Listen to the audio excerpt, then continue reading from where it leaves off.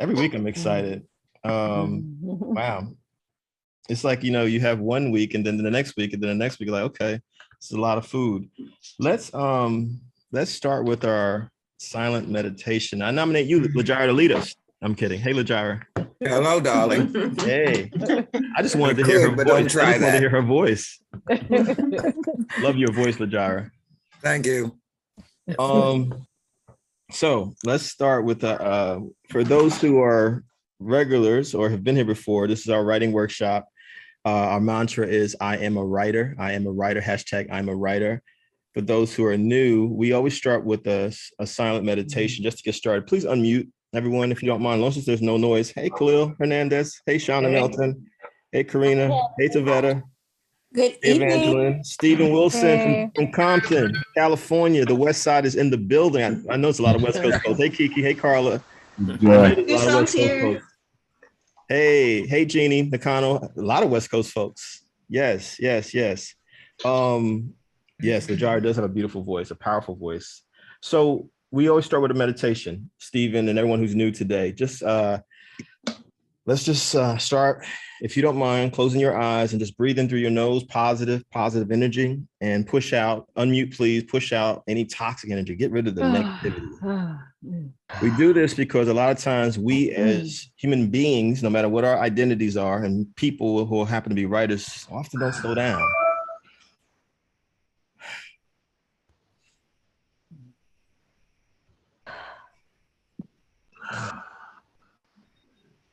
Just for us to reset ourselves. This is a safe space, a non-judgmental space. Everyone is welcome. All kinds of writers are welcome. It doesn't matter if you're published, if you've not been published, if you're a new writer, a younger writer, older writer, we don't care. We just are writers, not aspiring writers. I think I'm a writer. You are a writer. We're going to affirm ourselves. That's what we do here, Stephen Wilson, everybody else. We affirm that we are writers. We start there. We are writers. Keep breathing. We're just meditating for folks who are new for a second, just to get the workshop started. I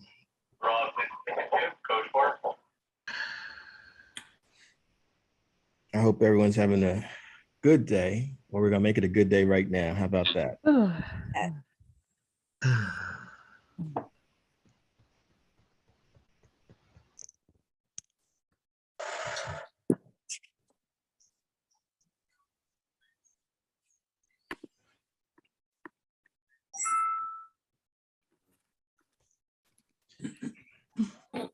All right, let's do 3 together. We're going to breathe in, everyone together, in through the nose, make a lot of noise, pushing it out. 1, 2, 3, in. Push it out. Second one in. 1, 2, 3. Deep breath in. Push it out. Then last one, deepest breath in. And let's push it out. Yeah. All right. No, I need it living in New York City. Come on, y'all. I love my city, but you know what I'm saying. It's 8 million of us here. It's a lot of people. So welcome. We're trained at the same time. Yeah. Hey, Lajara, while I have you, let's just do a call this week. We need to do a call so we can talk. Okay. You know what we got to talk about. So let's just do a call. I'll send you my cell phone on Facebook Messenger. Okay. Cool. So the workshop is here every Tuesday. And we also have Kevin Powell's writing workshop, which is now at almost 1,000 people, which is crazy. Hey, James Phoenix, what's up? Christina, Kendra, Hey. all of y'all. Hey. If I could, I'd shout out everybody.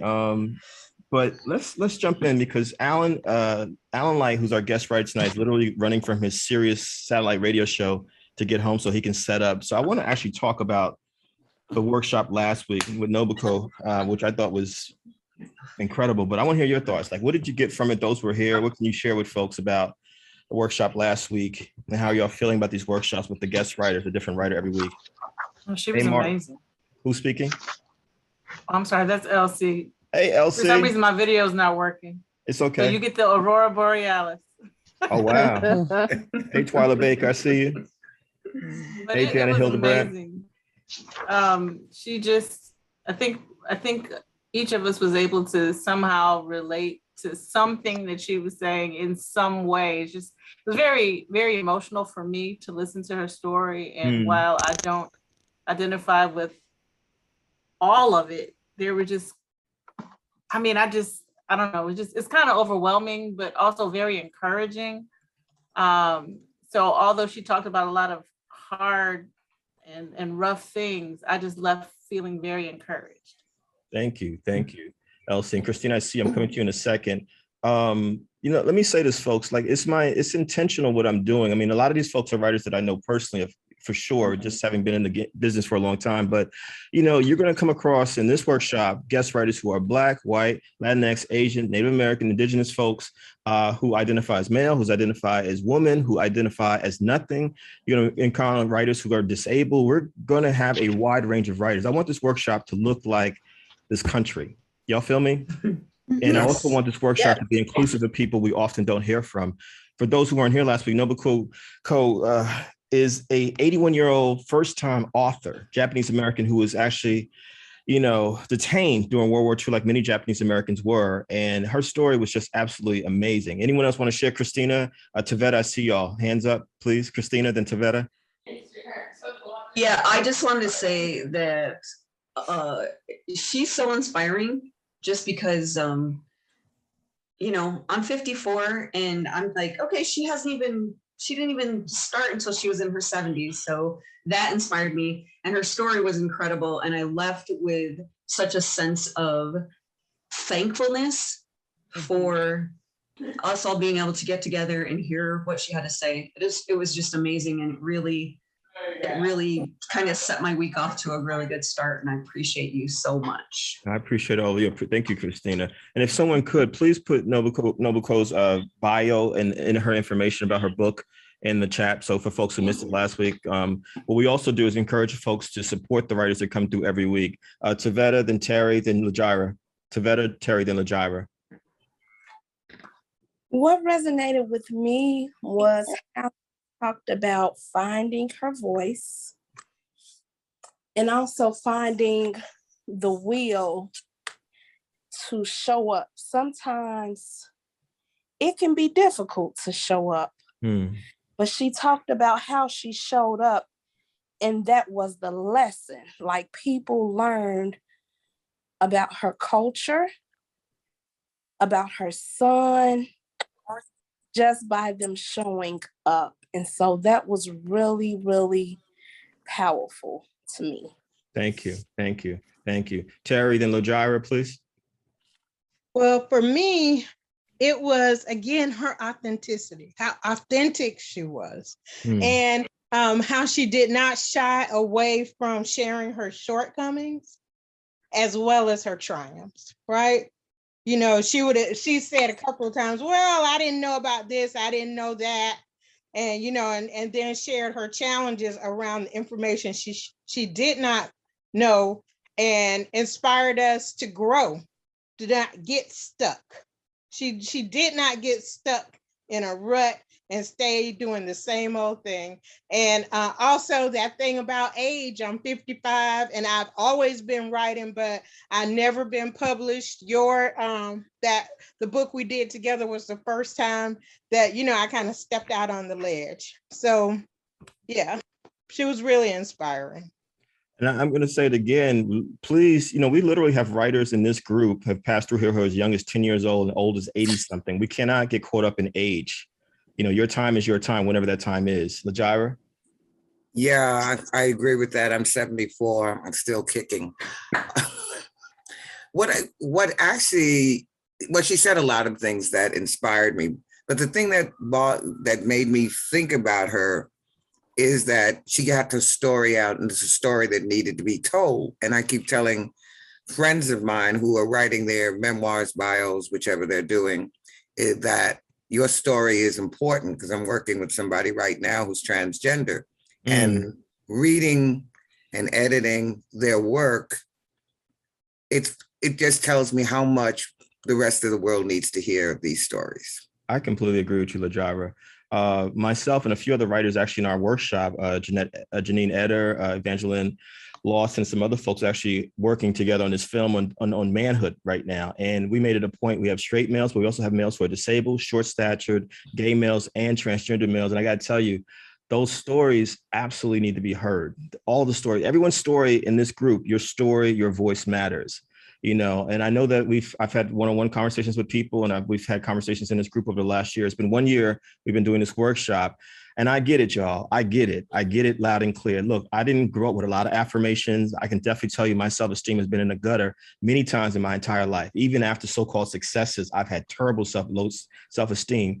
But we got to believe in ourselves. We got to believe that our voices matter, and that what we're writing, whether it's an autobiography, memoir, fiction, journalism, you know, someone is going to read your work. I can guarantee that if you put it out there, but you have to put it out there. Y'all with me? Yep. Got to put it out there. Anyone else before we, and Evangelist, is Alan Light here yet? Not yet? Okay. Any questions for me? So the first 3 weeks we had Dave Zirin, then V, formerly Eve Ensler, and then Nobuko last week. I'm screwing up her name, Carla Vega. Say her name for me, please.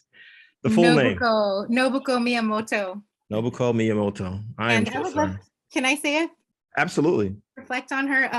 I actually have been blessed to be able to work with Nobuko over the last 13 years or so. And every time I hear her speak, I hear another aspect of her story and another amazing, lesson in her life. And so I really encourage everyone to read her book and to even look her up and listen to some other interviews, because she just, there's so many stories. So I found myself going, oh, is she going to tell this one? Is she going to tell that one? But her spirit of, her like visionary spirit of just never giving up and always like going forward is, it just really struck me last time. And, oh man, I forgot what I was going to say. It's okay. But yeah. Oh, and she, what I was also reminded of was that she really is, she reminded me of this like stepping stones. She has provided platform for many artists, including myself, to find my stories. Mute, please. Thank you, Jason. Go ahead. Say it again, Carla, please. Yeah, she has not only expressed herself along the way of all of these hardships, but provided platforms for other artists to tell their stories. And I'm one of them. I started to really develop my voice as a writer and as a solo and ensemble artist to tell stories through theater. So I know her organization, Great Leap, had come at a time in my life that really saved my life, really. I was having a really hard time. And that was like a thread of what I can, something that I could really hold on to that made me feel like my voice mattered, that I belonged, and that, just really inspired me. So the first few times I met Nobuko, I cried and I didn't know why. I would just get tears around her, and now I get to sing backup for her and do continue doing projects with her. So it's like she said about Grace Lee Boggs, when she tells you to do something, you do it. And that's how I kind of feel about Nobuko. When she calls, I'm there.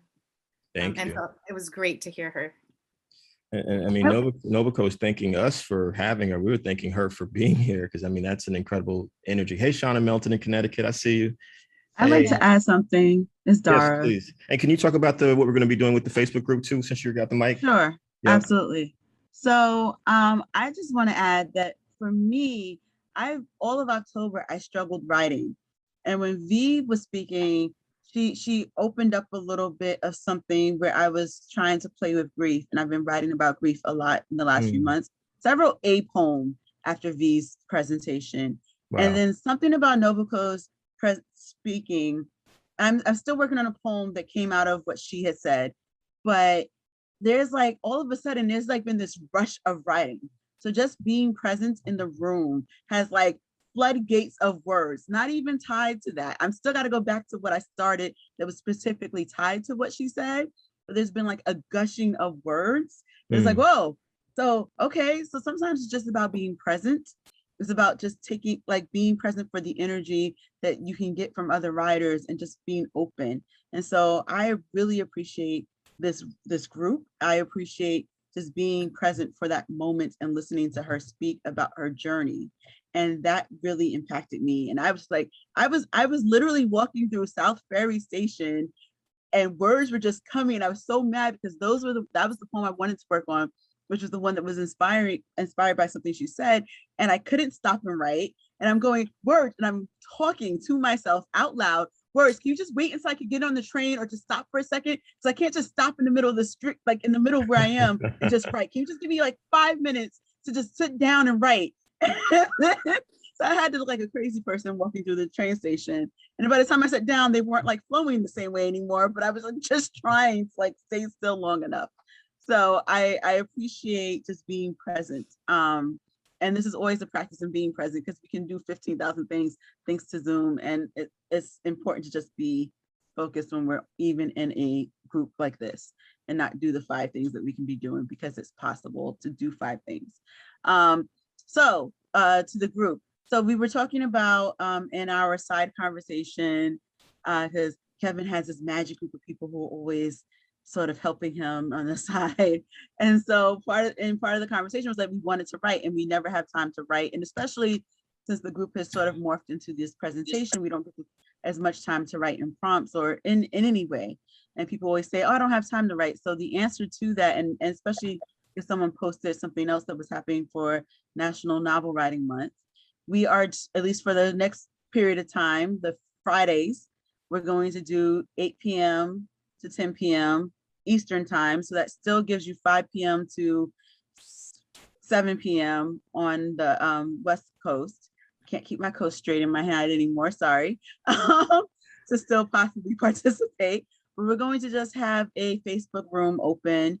You can see on if you're in part of the Facebook group already, you should see there's an invitation that's already on the wall that just says that we're having this group. So join us.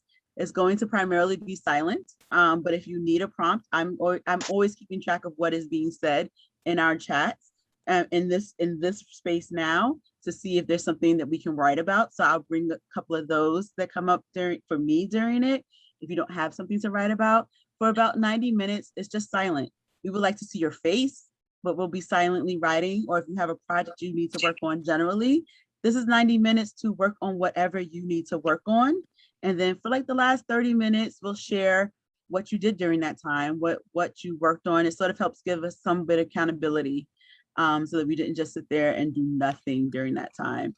But 90 minutes of just working, writing, and then the last 30 minutes of just a little bit. We're not going to share what we wrote in 90 minutes, and then one person would go and no one else would be able to share.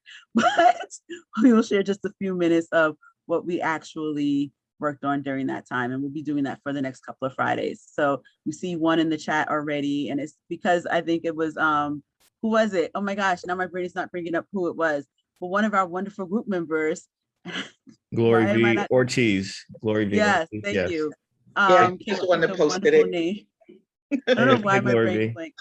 Came up with the name of Friday Night Writes. So we're going to be Friday Night Writes, and we'll be in our room just writing. So join us on Friday. So the room as part of our Facebook group that already exists. Yes. Okay. So you should, if you're in the Facebook group, you should already see a new post that went up about 10 minutes before our group started tonight. And so you should see it on our wall saying there's an event coming up. I'm the host because I'm the one who created the room, but just join us. There's a 50-person capacity in the room.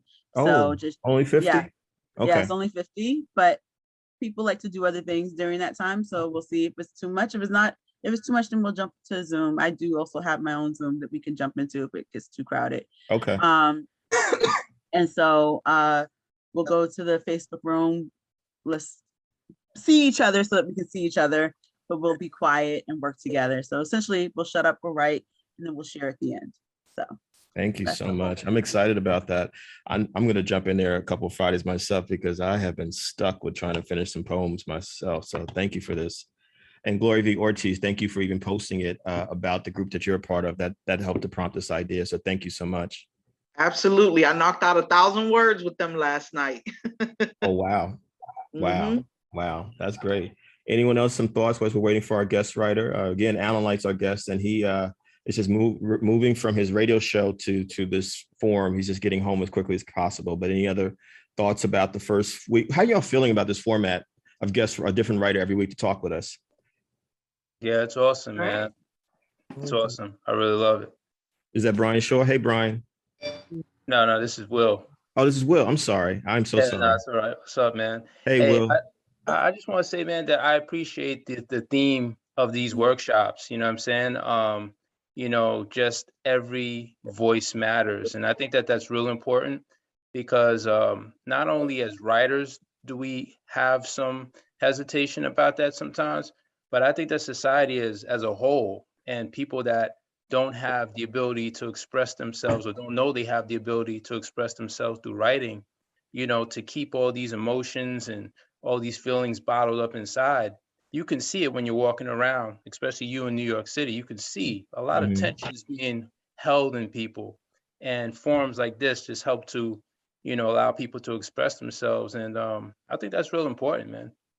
I agree. You know, one of the things that's coming up a lot in the documentary film we're doing on manhood is mental health. And I mean, I don't have to tell y'all what we've been going through on the planet for the last, 19 months now, you know what I'm saying? And it's just like, we got to have some outlets, you know. And one of the things that I loved about Nobuko is that not only, you know, she's a dancer, she was an actress, she's a writer, she's a musician. I mean, she had so many outlets, and I just think it's important for us to have outlets to express ourselves. Any other thoughts, just how this is flowing? I see the chats. Can y'all say it aloud so everyone can hear? I see the chat. It's Shauna. Can I say something about? Hey, Shauna Melton, who is an amazing writer in literary everything in Connecticut. I just need to say that.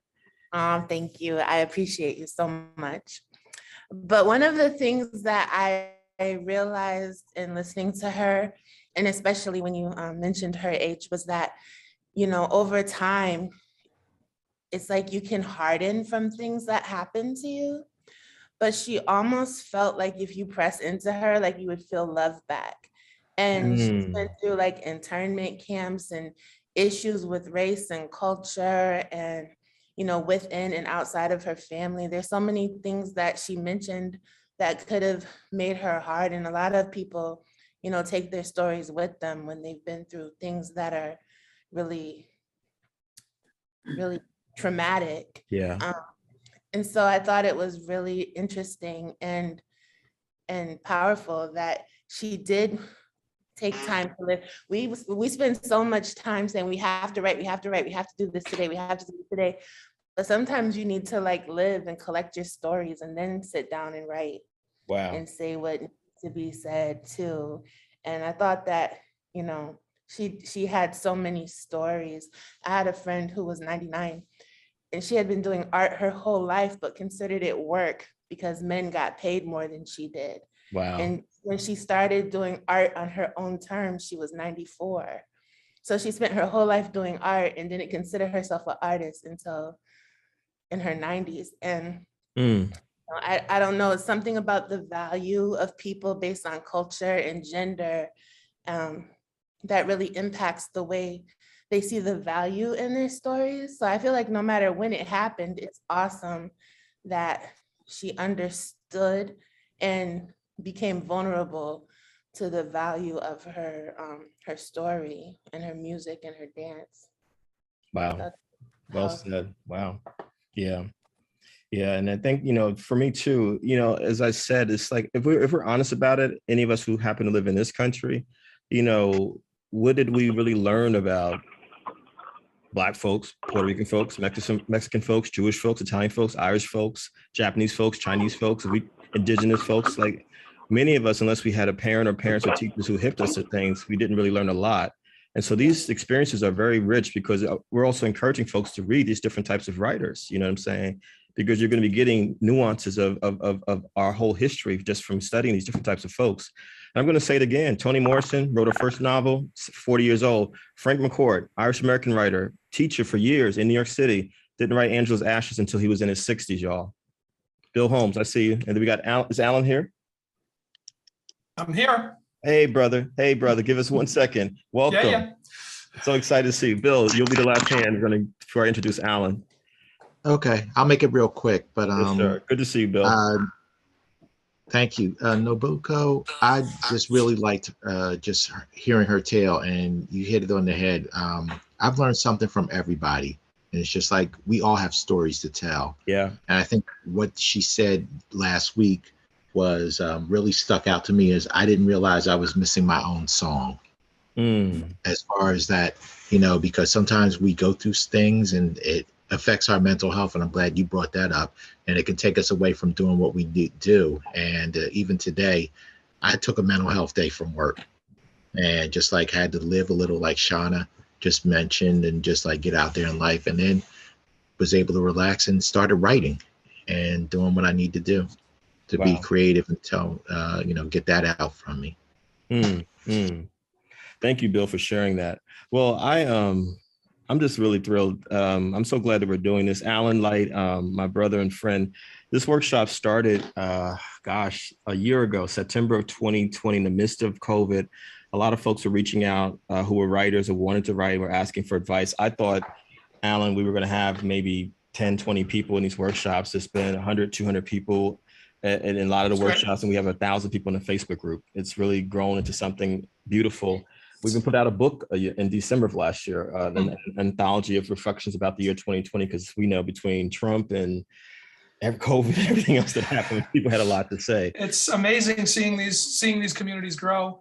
Yeah. We had we'll get there, but I just ran here from my radio show on Sirius, and our listeners last year, when all this was happening and we were figuring out how to keep a show going and recording from home and putting stuff, just whatever would keep it going, but they just they drew to each other and started, every Wednesday night they have like an album club and listen to music together. And I love that. They don't need us, right? They don't need the hosts to be the show. They've gone and created this thing for themselves, like you're saying, these kinds of spaces where people really are, are relying on each other and learning from each other.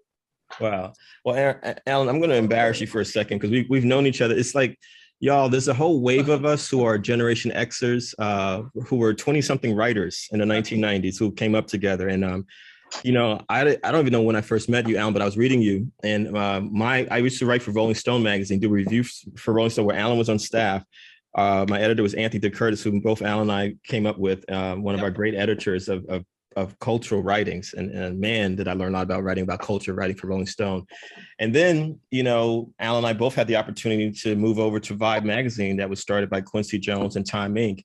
And Alan was originally the music editor and eventually became the editor-in-chief. And Vibe at that time was the fastest growing pop culture magazine in the country, in America's history, And Alan's just someone that I'm very fond of, because I meant what I said as we were posting about this. This is someone who has written books, has written for magazines, newspapers, websites, has written for film, as a radio show. He's just talking about, check out Debatable on Sirius Satellite Radio.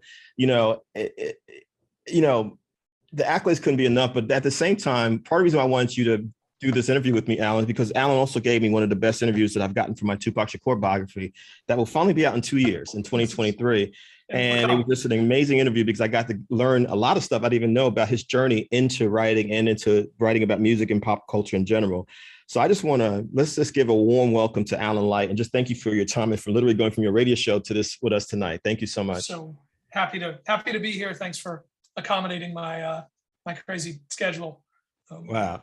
Thank you. Alan, we've had a number of great writers here already. How did it start for you? Like, we see where you are now, but how did you start? It's like, when did you know you wanted to be a writer? Yeah, I mean, it really, this is always a funny answer for me because it's really hard for me to remember a time ever when this isn't what I wanted to do when this wasn't a part of my life. And I think you and I talked about this maybe when we, talked for the book and all, but, my mother she was a dancer, and then she became a dance writer, historian, teacher, and she was the critic for the newspaper, Cincinnati Enquirer in Cincinnati, where I grew up. And so the idea that you go see a performance and then you try to figure out what you just saw and what you responded to, what you reacted to, what you liked and didn't like, and why, and how to figure out a way to express that, articulate that. That was what I grew up with as around the dinner table, right? And grew up around the newspaper with her and watching her do that work. Wow. And, and let it be said, people act like, music critics or movie critics or whoever are, have a lot of power. You want to talk about power for an arts writer, being the dance writer in Cincinnati, to be covering a regional scene like that, where if you say, Cincinnati Ballet, they were terrible. They close. Right. Like they just close the doors. Nobody goes. And so trying to figure out what the responsibility to the artists is, to the audience is, to not oversell something that isn't that great. So people go and then think like, yeah, well, I didn't like that at all. I'm not going back. There was a lot to navigate being an arts writer in that kind of an environment. And of course, the demise of local arts writing and those kinds of people at city newspapers is, I think, tragic for these arts communities.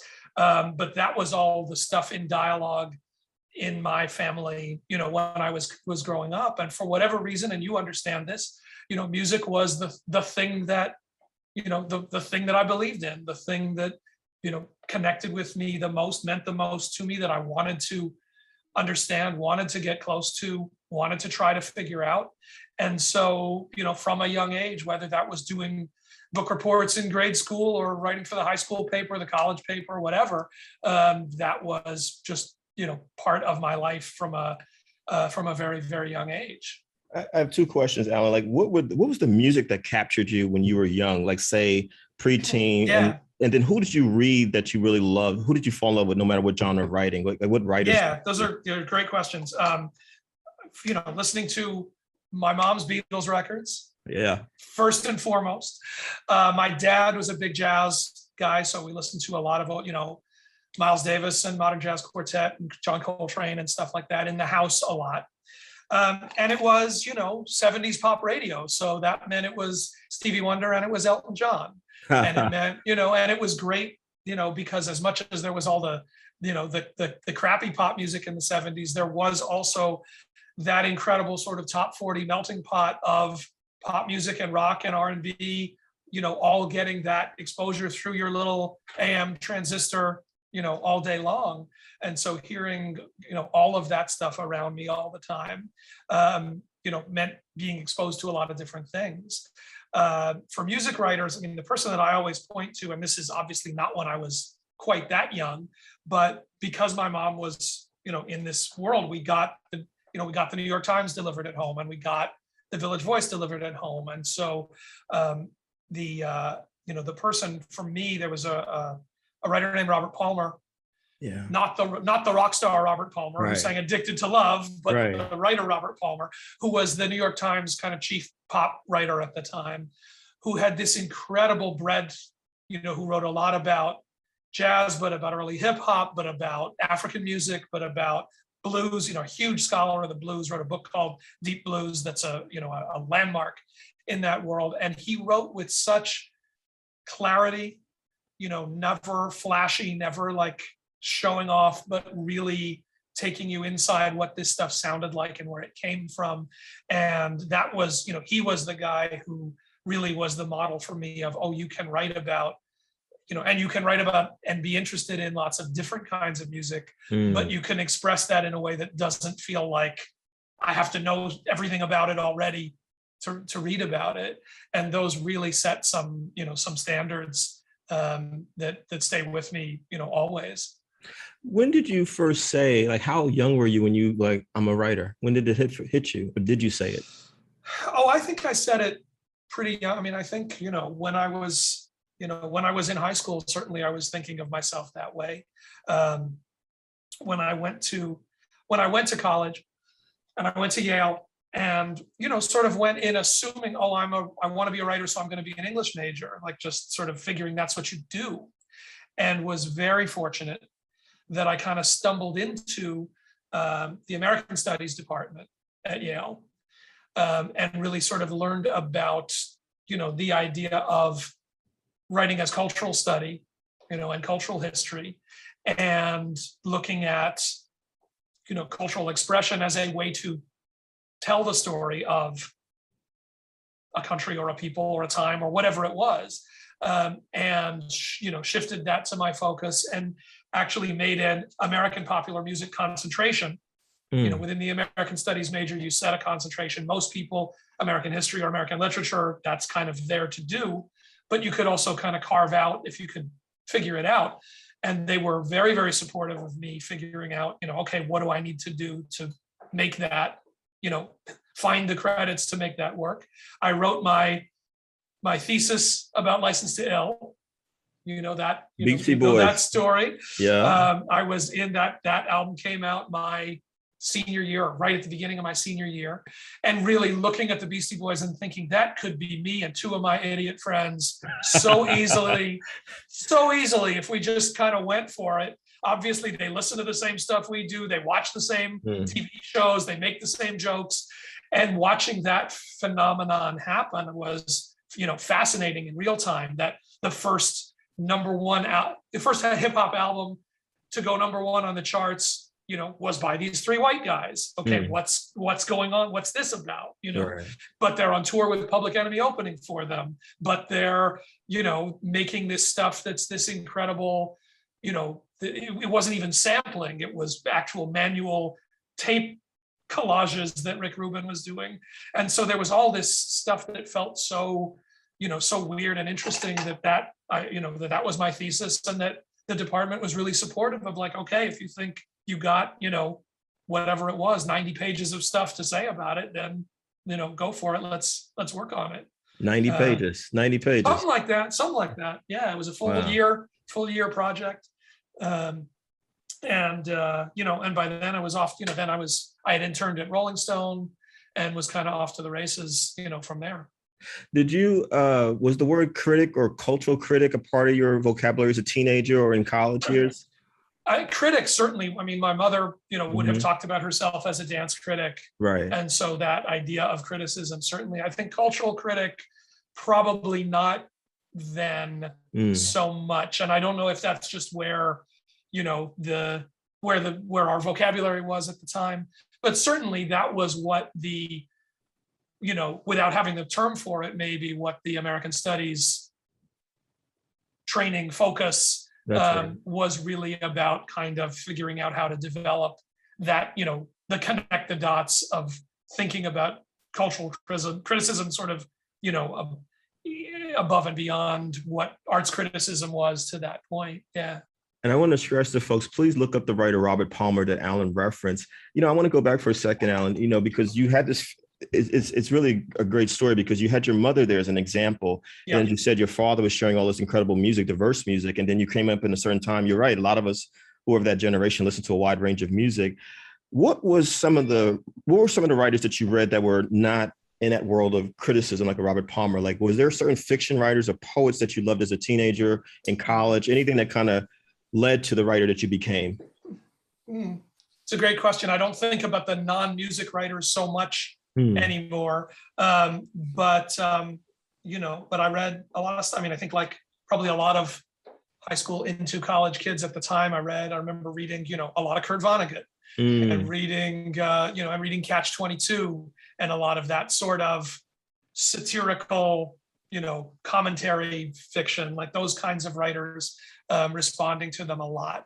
And I had everybody's got one, right? My English teacher in 10th or 11th grade, and he was also my best friend at the time, stepfather. So we had a relationship in school, but also out of school. And he was really that was the person who pushed my writing.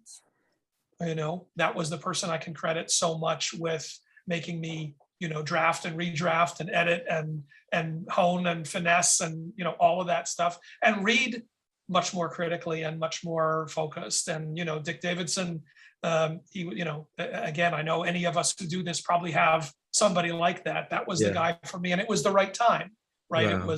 It wasn't too late where I was too set in my ways, and it wasn't too early where I could, I couldn't appreciate what it was. And I read a lot of, I know that I worked when I was in when I was in high school, I volunteered with the, with the ACLU and with the Children's Defense Fund and with a lot of different sort of, whatever, socially involved groups as well. And so did a lot of reading, on the sort of political history front as well. And even if that isn't, I'll say, even if that isn't necessarily what I directly went into doing, certainly, going off to write about hip hop, to be involved in a world of, of protest and expression like that, having some more sense, some bigger canvas of that kind of thinking and history to draw on, sometimes was a valuable thing to have. I want to go back for a second, because I think you were talking about Dick Davis and Alan, like the process of editing and rewriting. Can you talk about how important that was to you as a young writer, and why it should be important to writers in general, just editing and rewriting? Look, it's, again, I have the benefit of growing up in a newspaper, growing up around a newspaper with my mother and watching that in action, from a very, from a young and impressionable age, the idea that this isn't, okay, maybe first thought, best thought, but that doesn't mean first thought, best expressed, right? And that, that editors are not, are not antagonists, are not enemies, but how important it is to have other eyes, work with you, or as best you can, your own eyes to step away and go back to stuff. And there's nothing that's, there's nothing that compares to reading your stuff when it's printed, right? No matter what it is, whether that's a magazine cover or a big, huge thing, or whether that's just on a site, wherever, or on your own thing. Like once it's out of your hands and you can look at it as this is a thing that somebody else would read, it's a completely different experience of your work, right? You look at it in a completely other way. And, and I'm grateful that you mentioned Anthony DeCurtis at Rolling Stone, who really kind of took me on and mentored me, when I interned, and then when I came back to work there, to have somebody that I could work closely with, but also to see, I came up, started at Rolling Stone in the fact-checking department, right? Oh, wow. In the research department, which was a great learning period, for me to see, here are these people who are writing for Rolling Stone and kind of taking apart their pieces and seeing how do they put them together, right? What are the sources they use? What did they take from this place or this? Here's the interview transcript. What pieces of that were the things that they used, and how did they utilize that? It was actually a great experience as an aspiring writer, as a young writer, to come in that way and really look at what are the tools, what are the things that you can use, and how do different writers use them to put these things together. And so learning again that the story editor, the copy editor, the research editor, like nobody's there, they're not there to bust your chops. Like nobody's there to make anything worse. Everybody is working to make this stuff better. And if you can listen, okay, maybe I didn't say that the right way. Maybe if you read it this way, I'm not saying what it is that I'm trying to say. Maybe I misread. And I always said, I fact checked, for a couple of years. There was not one thing that I ever fact checked. It could have been a 300-word record review.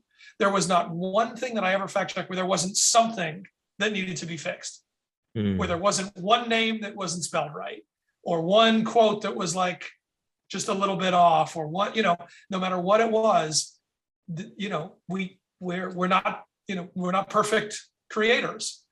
And, seeing that was obviously really, really important and really valuable for me. You use the word tools, which I think is a powerful word. I think of tools, I think of toolbox. When you reflect back now on the Alan Light that was coming along in that time, like, what do you think, no matter what the age or genre of writing for a writer, what should absolutely be in a writer's toolbox if you had to create a toolbox for writers? Oh God, where to begin? I mean, whatever it is that you're doing, reading as much as possible is, clearly there's no shortcut around that. You don't know, and you have no idea what's going to serve you when, right? You have no idea whether it's a specific thing that you're going to draw on, or some, some technique, something that somebody does that, oh, I didn't think about being able to do this way, or whatever it is. That's, there's just nothing that replaces taking in as much as you can take in, within, first of all, within whatever your field is, and then of course beyond that. And continuing to learn, continuing to be open to learn how to do it. Obviously learning how to interview, and then learning what to do with your interviews, and learning how to put different parts together. Nobody's born knowing how to do that. Yeah. That's all, those are all things that you learn from reading, and then you learn from doing, and you learn from working with editors to, help you figure out how to do it. And you do that the rest of your life. And, and then this is another piece of this down the road, I suppose. But, you mentioned, oh, I've written for movies and I'm doing radio. At this point, a lot of, for a lot of us who are writers or who are storytellers, whatever that means, being open to shape-shifting and being open to, what are the different ways, if these are the stories we want to tell, yeah, what are the different ways that we can do them? And that looks very different than it did certainly when we were coming up, yeah, and even then 5 years ago, and even then 3 years ago. And some of these things are just like, yeah, I'll try that. Let's see if I can figure out how to do that. Let's see if I want to figure out how to do that. But I think that right now, that's a really important thing for all of us trying to navigate, a shifting media landscape, all of, I don't have to say it, like, we know all of this stuff is being turned completely upside down. Okay, so be it, so be it, figure it out. Because you're right. When you think about, and I miss the days of my local newspaper growing up in Jersey. So I totally understand what you're saying about what your mother represented. Did you think back in the 90s, like, did you think, okay, magazines, newspapers, this is what it is for me, this is what my life's going to be? Did you even think about it back then that way? In terms of being a writer, just being a writer? Well, I think, I have long said, I hope that there's not, if someday I wake up and I don't want to do this anymore, I got no other skills. Like, I got nothing else I can do. So I understand. hopefully I will continue to, care and love being within, the music community and the writing community in a way that I can keep doing that. So, look, each step of the way, you don't know what's coming at you, right? I took over editing Vibe when I was 27 years old. Yep. And I was not prepared for that at all. And, we had a bumpy existence for a while. And it was like, okay, that if somebody wants me to do it, I'll take my best shot, because somebody's got to, right? Yeah. And so if you're not ready to learn as you're going, then it's really is going to drop out from underneath you, because you have no, you have no idea. You have no idea. And it may be different kinds of writing, or it may not be writing at all. It may be different, a different medium. Somebody called me up to see if we launched this channel on Sirius. It's a music talk channel, right? So it's like a sports channel or a politics channel, but it's talking about music stuff all day. They asked, the guy who was putting the channel approached me about it. And I'm like, either that is a great idea or that is the dumbest idea I ever heard. I'm not sure. I'm not sure. Let's take the most passionate, crazy music listeners and have them not listen to music, but listen to us and call in to talk to us about music. Are they going to want to, why are they going to want to do that? But okay, let's see what it is. Let's see what we can do with this. And it's and I've done radio since I was in high school, but it was, but nobody had done radio like this. So I'm like, all right, let's see what it becomes. And it's been great. It's been super fun and really feels still really experimental and still like a really sort of blank canvas for us to figure out what to do with, and have access to talk to these artists, tell these stories, do all the things that I love doing in a magazine setting, but here's another setting for it.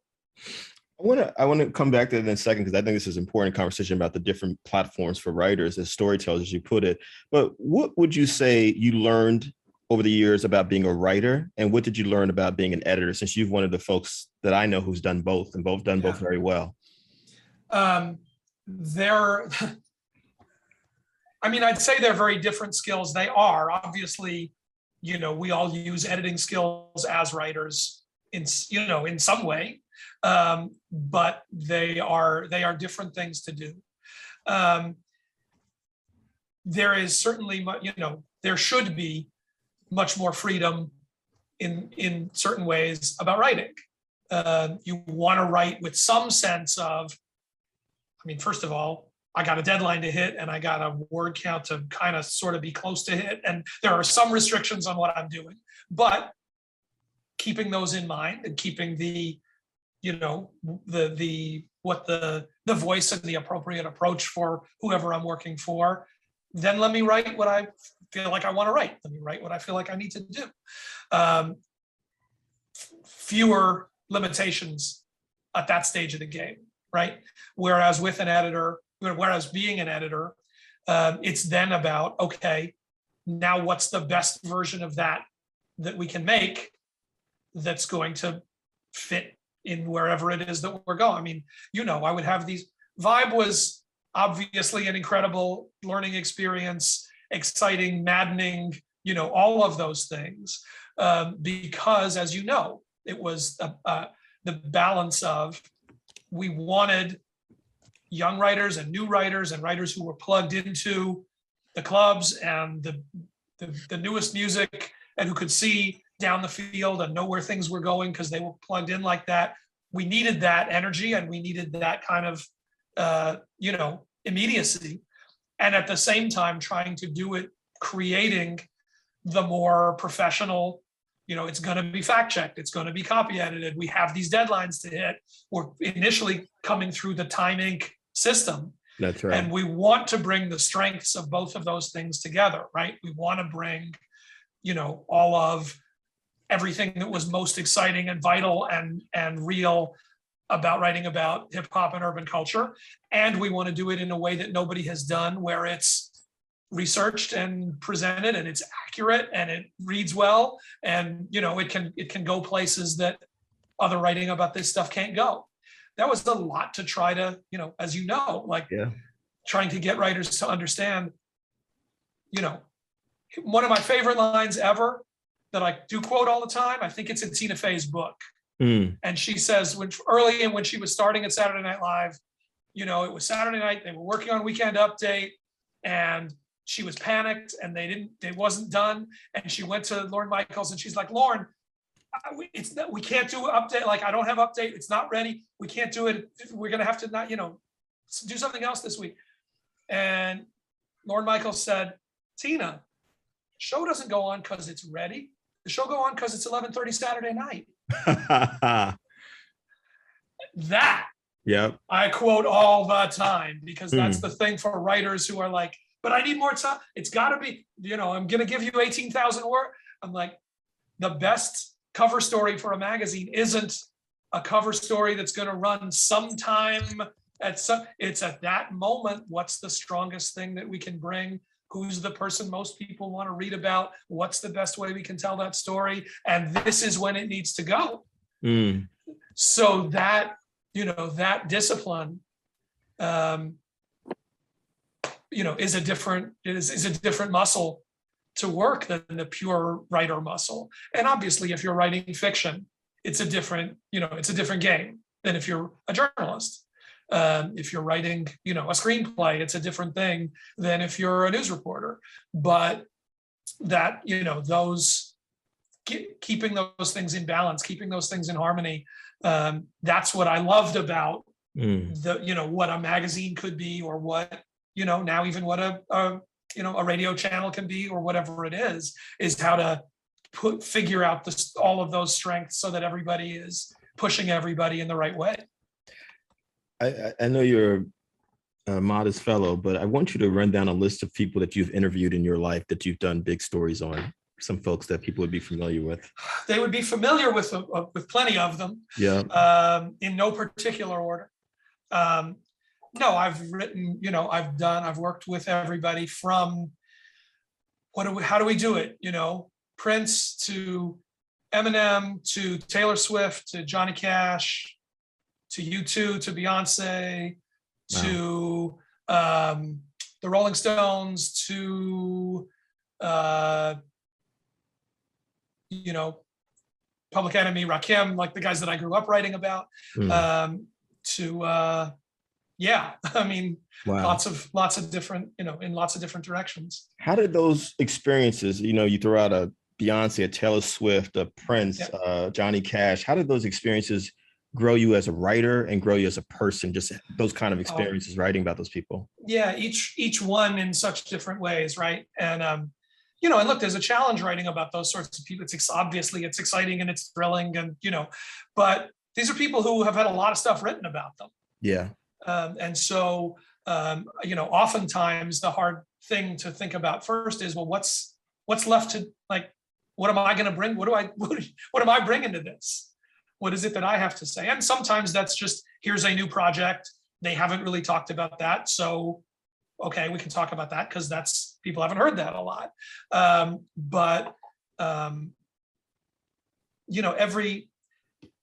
Each one of them is its own experience. And, I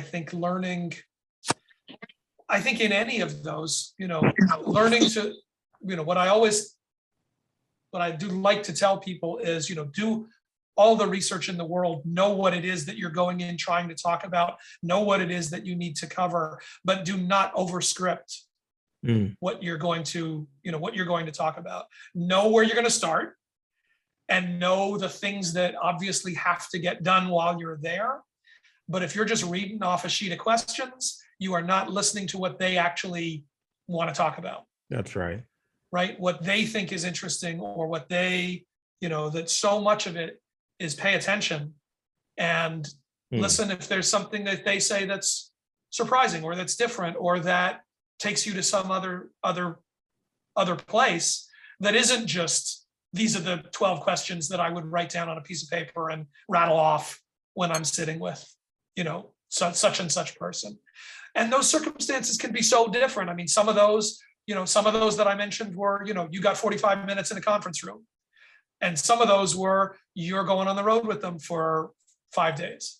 Yeah. And those are, they're different things. They're different to, to either sort of laser focus, okay, clock is running. What do I need to do here to come back with a story that's going to be satisfying? And some of it is, okay, I can hang back a bit and kind of watch and, see what I'm doing from one day to the next, or what they're, what's going on with them, or what it is that I'm observing that we can talk about. So all of, those different kinds of things come into play depending what circumstance you're thrown into. One of my favorite stories of yours, because I was there when it happened, was you did a cover story on Prince for Vibe. Well, that's the one. Yeah. Can you talk about that experience as a writer, how it challenged every muscle you had as a writer? Right there on the wall behind me, right there he is. Yeah. Well, that was, I could do 2 hours on that. You remember all of this. This was amazing experience. I was a huge, ridiculous, crazy fan, like so many of us, and had done some writing about Prince in Rolling Stone, reviewed some of the records, some of, covered the opening of one of the tours, but, he didn't do interviews. Years would go by, he wouldn't do interviews. And I get a call at Vibe from somebody who would be very important to me and to you, Kevin, our friend Karen Lee. Yes. Who was a huge supporter of Vibe. She was working with Prince, but she was very close to Tupac and to his family. And she was really the person who helped us navigate so much of the work that you did with Pac. That's right. That's the person who stood up for us and kind of behind the scenes made a lot of things happen. And we love her dearly. That's right. But she called me up and she's like, listen, Prince is thinking maybe sometime soon, maybe he's going to do an interview with somebody and maybe you're the guy. That's it. So can you be in San Francisco tomorrow to see him? tickets, plane ticket, the ticket will be at the counter. Show up, come out and see him. And like, okay, pack my bags, came in, go to the airport, fly to San Francisco, fly to sound check, meet Prince at sound check, sit with him, watch the band. We're talking. He goes up on stage, brings me up. He's playing guitar, talking to me. He calls me over to the piano bench where he's playing. We're talking, whatever. Great, cool. Talking about music, talking about whatever. I go backstage with him. We're backstage, we're sitting around, whatever. He goes and does the show. The show's amazing. Then after, they're like, okay, come on, whatever. We go to the club, we hang out at the club, sit with him then. Great, this was fun. None of this was an interview. We're just hanging out. Huh. Fly back home. Okay. You'll remember, for the next about year and a half, Yep. every once in a while I'd get a call. He wants you at Paisley Park tomorrow. Click. Tomorrow. Go out, watch him rehearse, hang out, fly back home. He's going to be in New York. He'll see you at this club. We and all of this is just whatever. Now I'm going home and writing down notes after everything that we did and like keeping as much as I can just to have it. But it's important thing you need to say as a writer, you were not allowed to record any interviews. Well, not so then I get a call like, okay, the Most Beautiful Girl in the World single was kind of taking off. And they're like, okay, he's got a hit. He wants to do an interview. He wants to get it out. He's got to spend 4 days in Monaco for the World Music Awards. And so he's got time. He wants to hang out there. Like, what are you talking? But we figured it out. I flew to Monaco. Yep. And so now I'm sitting with him and now it's an interview. But as you said, couldn't record him, couldn't take notes. You couldn't record nor take notes, but you had to remember everything. Couldn't take notes. Wow. So, and it is the greatest exercise for all of you. Like, you're listening to me, you know what I'm talking about. You're looking around, you're checking it's fine. You can follow. To actually sit with somebody for, whatever, 90 minutes and look in their eyes and listen to them and then sit down after. And I'm running to the bathroom and like writing on napkin, like whatever, but then to go back to your room, sit in a quiet room and just try to recreate a conversation is an amazing exercise. Wow. Like just how it comes to you in waves like, oh, and then we talked about all this. Oh, right. Then later we talked about all this. So we did that for a couple of days. And I went back and wrote a story. And a great story. And it was a wild thing. He sent me, well, it's sitting right here. I haven't hung it on you're not gonna be able to see it. Twice in my life, I have received thank you notes for stories. Twice in my life. And one of them was Prince writing. Wow. This here, right here, that's all, Wow. So he was really happy with it. And I would see him sometimes when he would come through. I did another story with him about 10 years later when I launched a magazine of my own called Tracks. And the musicology album came out. We did another story then. But everything about that was the most surreal thing. And I loved writing that piece. I mean, the piece was, I ended up kind of writing it, if you remember, like, I sort of did act 1, scene 1. I remember. It's because I had to figure out what do I do with all these different things and how do I use all this? I have all these different places that we were, but I only have sort of the notes that I wrote. So it was, that's the one, man. Everything else comes after that one. Wow. Thank you to whoever just put the link in the chat there. That's Regan, who's from Minnesota. We got some Minnesota folks here. All right, they got to step up. It's good. So talk about the evolution into film, radio. Like, you said that, your story tells you find new platforms, but was it the same thing as when you were learning how to become an editor? You just did it? And it just get past the fear of new experiences? How did you pursue these things? So just quickly, I was a writer at Rolling Stone. Then I went to go help launch Vibe. Then I edited Vibe. We, as Kevin said, we were so successful with that run at Vibe that we ended up acquiring Spin magazine. And then I kind of worked with both. And then I took over and was editing Spin for a few years.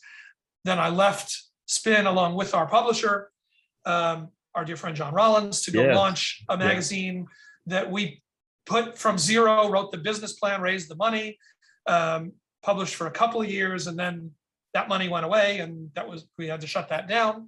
And then it kind of felt like, magazines is really not like this is as the internet is ascendant, and the notion of going back, it seemed like going back into magazines was going to be none of the stuff that was fun about it and all of the stuff that was really hard about it. And so that's where I really thought about, it's an interesting exercise when you've got to close something down, or you lose a job, or you lose whatever it is, to say, take a minute to say, what do I like about this? Like, what is it that I want to do? What is it? If it's not what I like, if it's not going to be magazines, right? If that's not where I am right now, what is it? Is it, championing the musicians that I love? Is it telling these stories? Is it being within this, within this community? Is it working with other writers? Like, what are the things that I do enjoy and want to continue? And so most immediately, I was kind of fortunate enough to fall into the opportunity to start writing some books at that point. To go back into just writing, because after editing magazines for whatever it was, a dozen years, I hadn't been writing a lot. It was a thing a couple times a year I'd get to write something.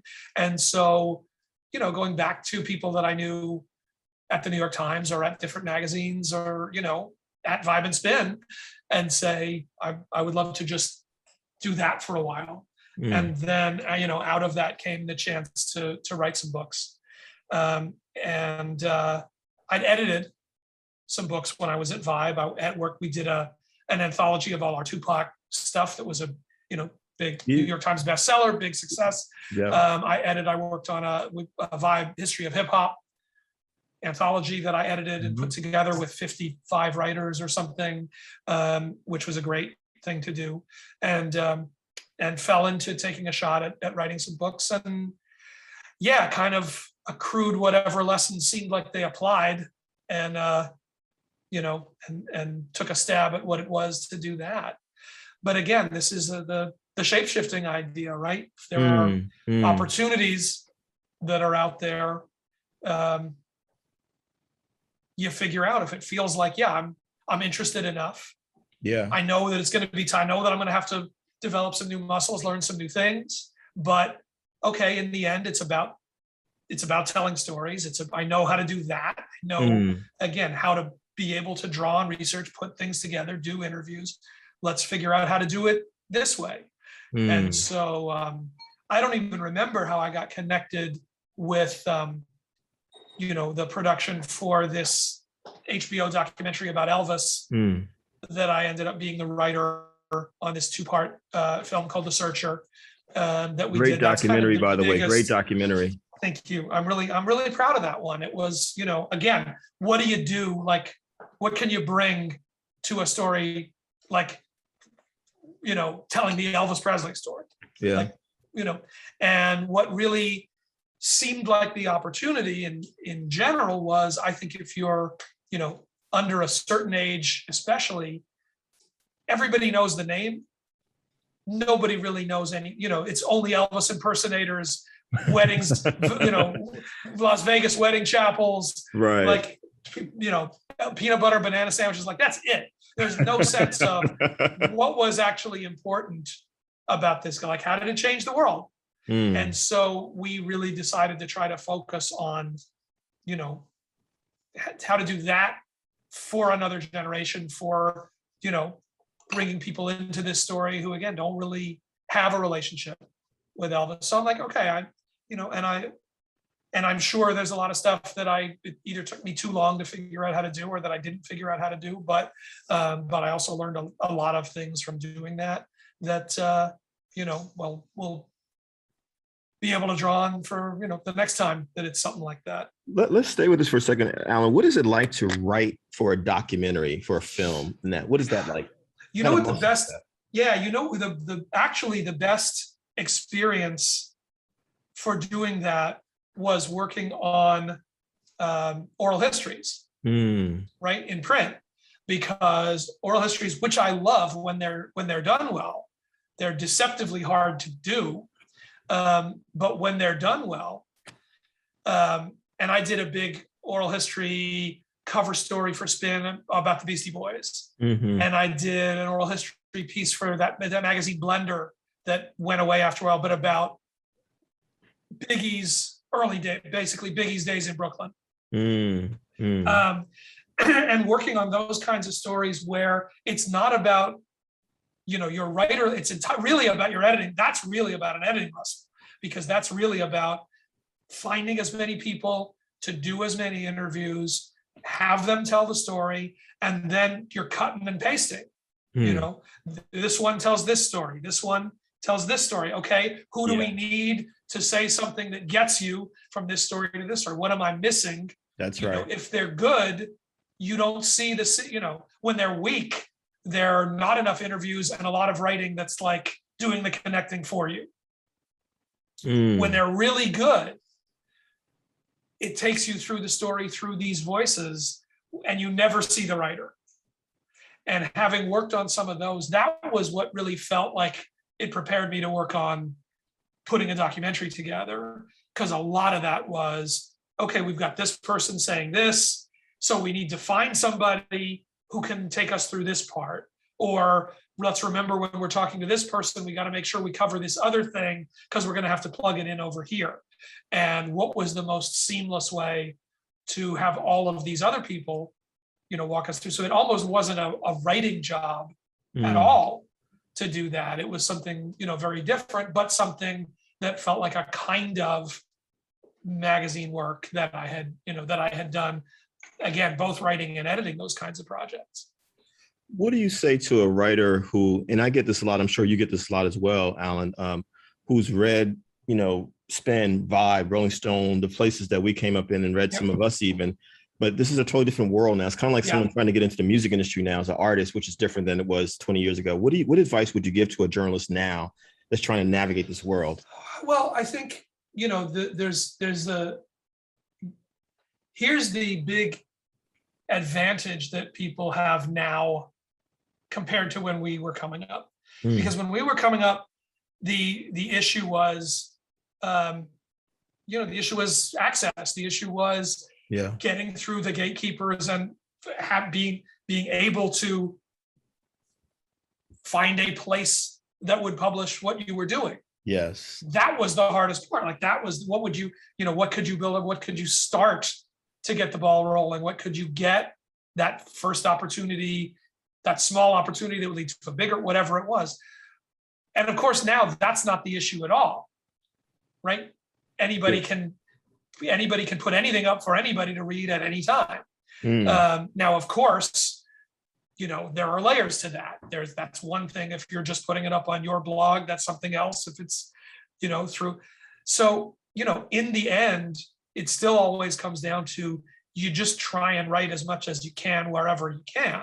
Like that part doesn't change. No. It's a little bit different in process. And everybody that I know has everybody that I know who ended up doing this has some variation on the same exact story, which is, I came up, I interned, I volunteered, I wrote whatever it was. And I hung around long enough that I got my lucky break. Right. I was somewhere where I was the only journalist in the room, where I was the only, but that's, I don't want to say that, you make your own luck, but your persistence is what gets you to that moment. And everybody that I know tells some version of that same story. Yeah. And at that point, it's not luck. It's about, you've done enough work that you're ready when that moment comes. That you can deliver. That's right. And that doesn't mean you can deliver the greatest thing in the world. So for me, I was at Rolling Stone, I was fact checking, I was kind of like trying to do things where I could and, write little whatever. I'm a huge Bob Dylan fan, as you may recall. Like that's, Godhead for me. Bob Dylan was playing, they announced he was playing a club show in New Haven at Toad's Place down the street from where I lived when I was in college. And I was like, okay. So I went to the person who edited the random notes section, which was just like the sort of gossipy news section. And I was like, let me go up and I'll write 2 sentences. We'll use it as a photo caption in random notes as like, hey, Dylan played a club show. Like, okay, great, go, fine. So I, whatever, called, got the ticket set up, was ready to go. The day of the show, stay with me on this, it is worth it. The day of the show, I'm loving this. The day of the show, they announced Dylan canceled all press. He doesn't want any press in the room. Wow. I'm like, oh, okay, now I gotta go. So my best friend who was gonna go with me called me from a payphone, this is pre-cell phone, called me from a payphone to check in. And I'm like, look, here's the thing. I'm not getting tickets. I need you to go to the ATM, take out as much cash as you can, buy us 2 tickets. The magazine will pay you. It's on you.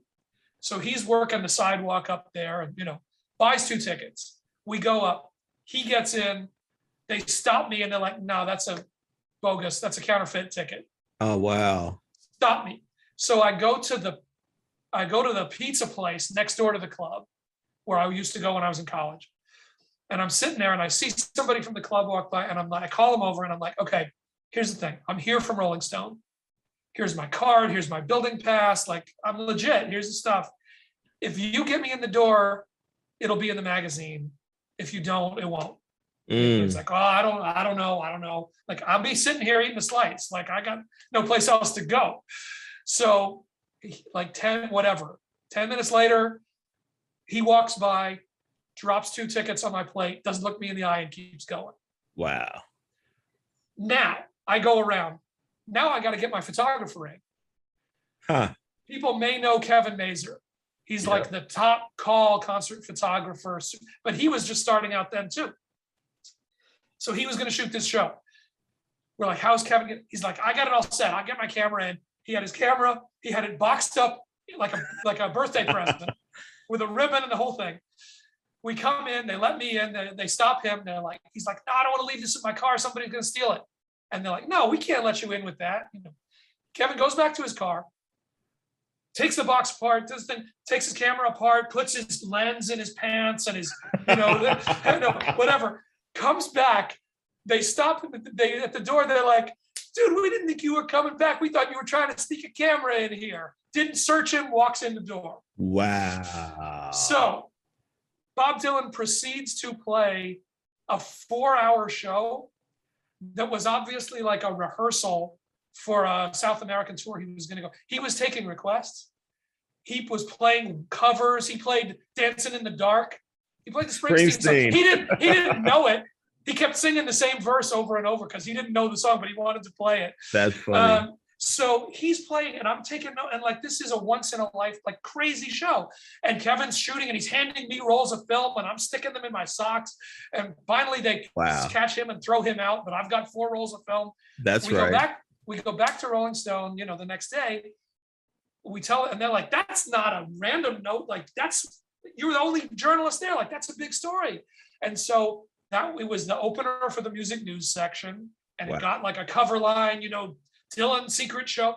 And Jan Wenner was like, how do we get sort of sign that kid up kind of a thing, right? That's right. And that's where I started getting more assignments, bigger assignments. Now, I'm sure the first draft of that piece I turned in was a pile of junk, but it was a draft of a story. And it was enough that we could work with it. We could get a story into it. It did the thing. It made the boss happy. So you can say, oh, that's just lucky we were there. Or you could say, that's what putting in all that time before, being presented with that moment and being ready enough to like, okay, I'm not going to freak out that I'm writing about this once in a lifetime Bob Dylan show for Rolling Stone, but instead say like, all right, let me take my shot, see what happens. And, that was the thing for me. But everybody, you have your version of that story. Yeah. And every friend of mine who does this has their version of that story. You said the word, and it's popped up in our chat. Persistence. A writer should be Persistence. persistent. Yeah. 100%. Wow. Every Wow. day is the day you could get up and say, fuck this. Every day, especially writing a book or writing a longer, like every day is the day you can say, I don't need to do this. And that, the staying with it, doesn't guarantee. But if you don't do it, it guarantees that you're not going to get there. I can certainly say that. Yeah. Yeah. Did you ever want to give up? Did you ever want to give up? As a lot of us have said at times, like, I don't want to do this anymore. I don't think, I have been lucky, right? I have been lucky that I've had these, I did get to intern for Rolling Stone in college, and did get to, each step they've sort of sometimes been unpredictable, hard left in terms of what I'm doing. But, certainly, like I said, having to shut down a magazine was a tough thing to do. Having to shut down any business and anything where you've hired a bunch of people and, they're reliant on you and all of that stuff. That meant, again, thinking a lot about what are the next things that I next steps that I want to take. But I don't think I ever thought, forget it, I'm hanging it up. I thought more about what's gonna challenge me next. What's another place to go. Certainly there are projects that are, that will grind it out of you, as you know. Yeah. That's sometimes that challenge is getting up over, some certain thing that you signed up for that either maybe you shouldn't have, or maybe you gotta, work through some things before you can dig back into it. Those, that doesn't go away. There's always more deadlines in front of you. It is the fun thing about radio, because after a life of, editing, redrafting, nothing's ever done, right? Nothing's ever done. You write a book, it's never done. It's never you done. do it, it's another, then it sends off, then it comes back with this edit, then you send that 8 months later, it's never done. Live radio, it's just the light goes on, you go forward. You can't go back. You say something stupid, you said it. You got to either figure out how to get out of it, or where you want to take it. And when the light goes off, then that one's done, and you get another shot at it the next day. That's still kind of, again, maybe it's just that I was so used to print deadlines for so long that it's still a little bit of a thrill for me to get that, to do the live thing where it's, you just stay, ever forward, and don't get to go back and fix. Folks, raise your hands if you have some questions for Alan Light. And I mean, Alan, I have to ask this question before we get to folks. What would you say now, where you are now in your life, and what you have coming up in the next couple of years? What would you say to that young Alan Light that was persistent and got that Bob Dylan story? What would you say to that young man now? I mean, I'd say again, reflecting back on some of these, just don't feel too locked in. Don't feel like there's only one way to do this. Don't feel like, it's that you're doing good, you're moving forward and taking the right steps. You don't know, what the next step is going to be. And, just stay with that and keep yourself open to that, not to panic when those kind of curveballs or different opportunities. I mean, we did not see what the entire redirection of the entire media universe. Yeah. Like, we grew up in a whole other era, a whole other thing. Now, a lot of those skills are transferable. A lot of those, again, basic, clear storytelling, doing research, doing interviews, learning how to put those parts and those pieces together. The medium may change, but those, what's at the heart of that, those are, those translate. Yeah. So I think I would have said, like, don't worry too much about a lot of that stuff. It's going to seem really like, what the hell is going on and where are we going? But you're going to find a lane to keep going. This has been rich, Alan. I mean, reading, researching, you talked about skills that we need to have, persistence and shape-shifting or reinventing ourselves, being willing to do that. I want to bring in a couple of writers who have questions, Lajira, then Robert Freza. I see you, Robert. I see you, Lajira. Lajira. Hi, thank you, Alan. Great interview. Really learned a lot. Thank you. Well, you said something really early, which reminded me of when I wanted a part-time job and needed to create something. So I created a newsletter for a jazz club when I knew nothing about jazz. Mm-hmm.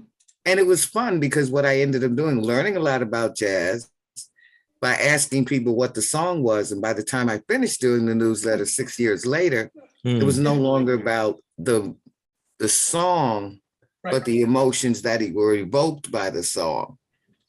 And so it became a different feeling. So, you learn, I just jumped in a lot of things. As you learn, as you learn more about whatever the field is, you learn more of what your voice is within that space, right? And this is ridiculous, but it is true. My first magazine job, I interned at Rolling Stone, and then I worked briefly at a magazine called 7 Days that the Village Voice was putting out for a couple of years. We have the unique distinction of winning a national magazine award and going out of business the same week, which is a great lesson for everybody. But one thing was we played in the magazine softball league, and I loved it. I played, for the team. It was great. Got to hang out more with the writers and the editors and everything else. It was a great place. Great for a startup weekly with this incredible, talented, young, hungry staff. Like a great learning opportunity. But after every softball game, I wrote up like an account of the game, kind of in like faux sports writer voice, right? Like kind of old school sports writer voice, and would just pin it on our managing editor's door. And other editors, like when the other editors would I'd see them read it and laugh, or come over to me, or after the game be like, when are you going to get you're going to write this game up too, right? Even getting that validation for writing from these people that I was working with for something that nobody else was going to see, and that I was just doing because it was fun, and for something, as you said, for something to create, something to do. That was actually a really nice kind of motivating thing at that moment for me, just starting out, even just feeling like doing that and just seeing some reaction to it from people that I respected was a valuable thing. Wow. So, you gotta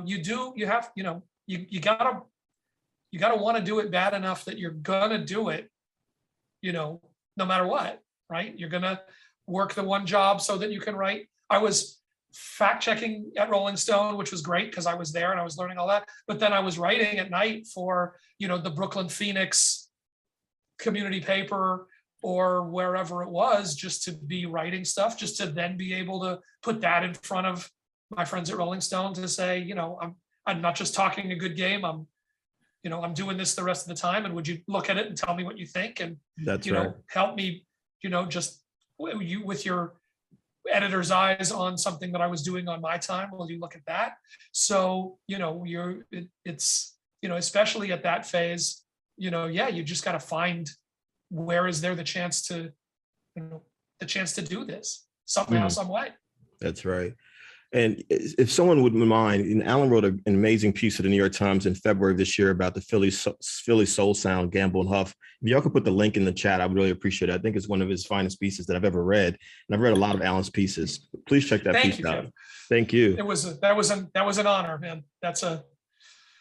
You're right about some heroes when you get to do stuff like that. That's right. That's right. I want to, can we find that Bob Dylan piece that you ended up writing for? Is that in the Rolling Stone archives? It should be. Can we share that link as well? It'll exist somewhere. Okay. That's going to be, I want to say it's 89 or 90. I think. And someone put in the chat, Bob Dylan taking requests. That's priceless. It was wild. It was really like a crazy thing. But I was there, and I was the one who was there. Wow. Robert Freza, who's a music journalist, a fine one. Hey, Robert. Thank you, Kevin. Hey, man. And Kevin, thank you for bringing on Alan's. I could pick your brain for like days, honestly. I saw you at the Emily King event at the Strand a while Which ago. event? Emily King. Emily King. Yeah. Yeah, at the Strand a while ago, and you did such a great job. I'm like, I wish I could be up there with him and answer, ask her questions too. But you did a great job with that. Must say, commend you. So thank you. Those are, that's stuff that you kind of, got to learn how to do, the kind of live event interview stuff and all of that is again, talk about you're on the clock.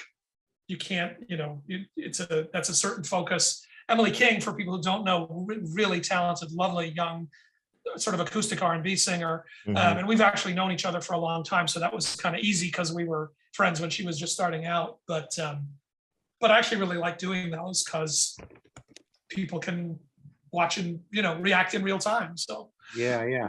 Well, I have a couple questions for you, but I'll make it quick. I have a full-time job that I can't leave. So yep. Everyone says, everyone says it's if you leave your full-time job, it's a financial step backwards, but it's a professional step forward if you get a writing gig. What do you recommend someone like me doing, like with a full-time gig? Because I got to pay the rent. Yeah, I mean, look, there's no one size fits all answer to that at all. Everybody's got to navigate how they've got to navigate, and reality, is what it is. We got rent and family and everything else, but I think the answer, as I said, is you figure out where there is space, where there is opportunity for writing within the life that you have, whether that is at night, whether that is in the morning, and you make as much of what you can as you can. That I don't, at whatever level, I don't know another answer for that. It's that's the reality is, where we work with what we got, but I do believe if it's important enough, like I said, you gotta need to do it.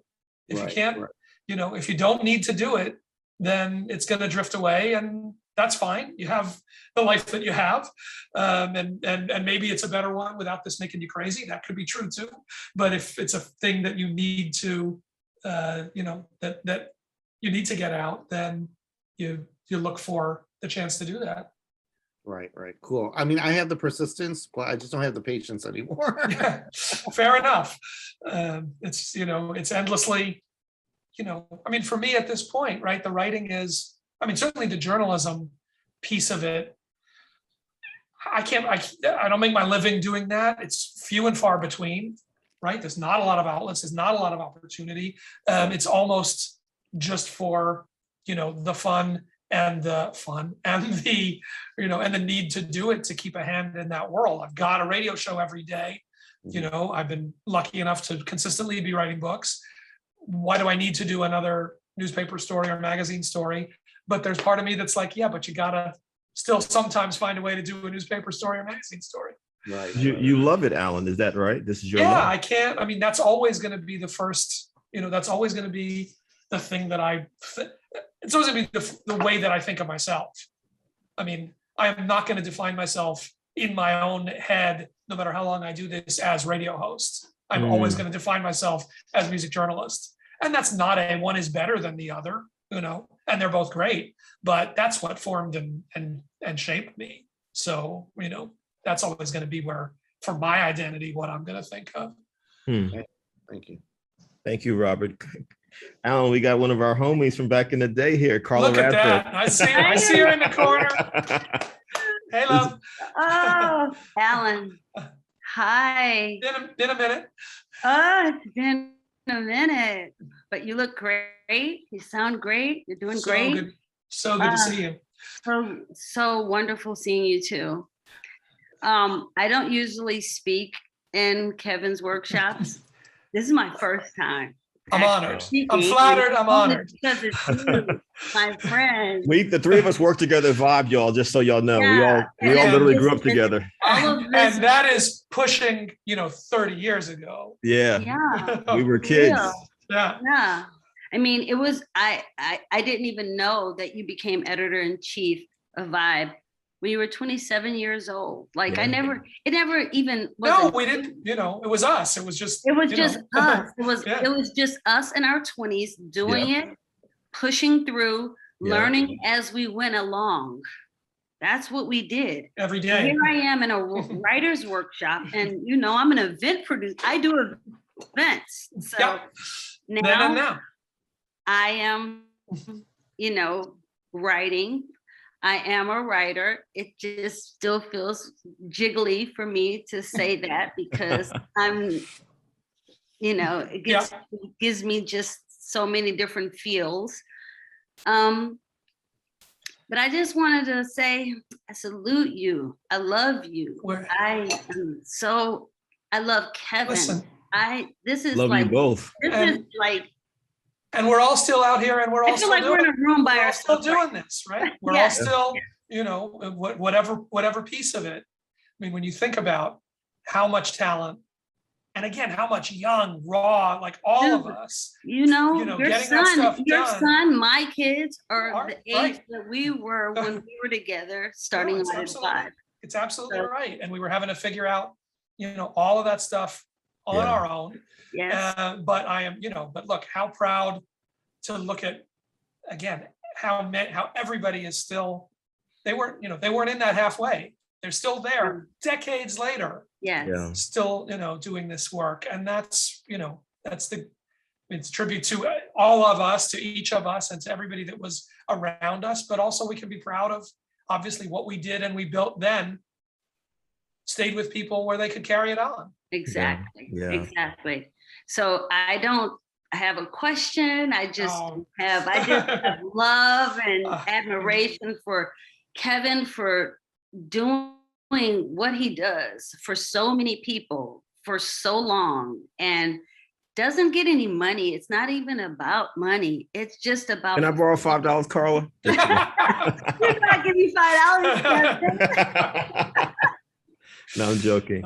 It's just the fulfillment in people's lives and the inspiration that you bring that, is just on another level than what we have and we aspire to. And we thank you each and every week that you are dedicated to doing this work. And I just wanted to say to you, Alan, I love. Oh, Carla froze. Well, we heard the love. We heard the love. We heard all the love. And no, I love. Seriously. And thank you, Carla. We all thank you, Carla. Wow. Lovely to see you. Yes, you as well. Thank you.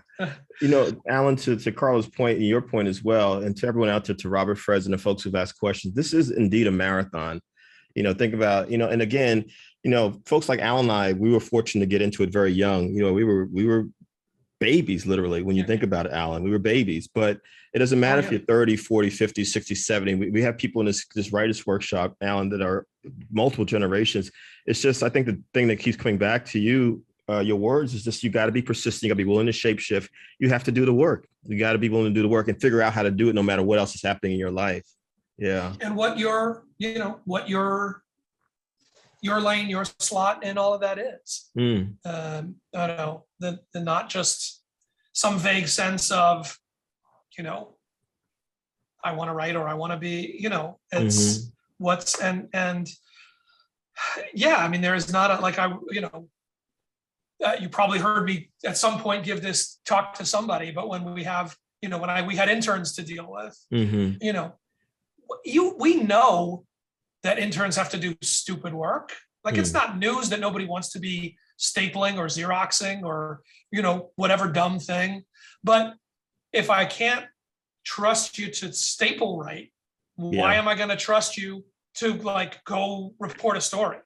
You don't skip over those parts. You just don't. You have to show just sort of those fundamental, sense of responsibility and discipline and all of those things, they all count, and people pay attention to all of that. I was just having this conversation with somebody still, turning stuff in, hitting your deadlines and hitting your word counts. Yep. Even if you're right, even if your writing could be a little bit better, it gets noticed if you hit your marks.